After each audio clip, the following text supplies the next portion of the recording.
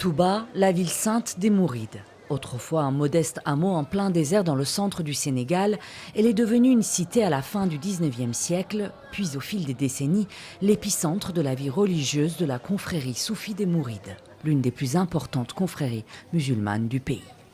Chaque année, des centaines de milliers de pèlerins y convergent pour le Grand Magal, en Wolof, la grande célébration.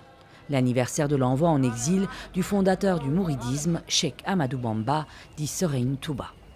L'importance du Magal, c'est un jour de succès dans le combat pour élever les droits de Dieu et des hommes sur terre, c'est-à-dire pour réhabiliter les valeurs islamiques.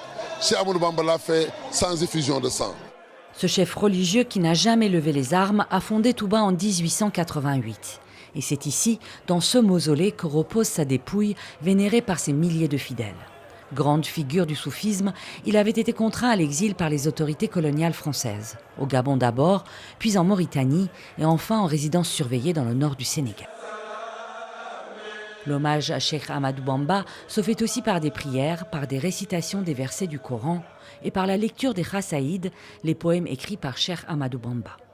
Lire les Khassaïd, c'est aussi un prolongement de la lecture du Saint-Coran, seulement c'est de la plume de Cheikh Ahmadou Bamba qui s'adresse à Dieu par voie de reconnaissance depuis le cœur que nous partageons tous à travers le monde entier.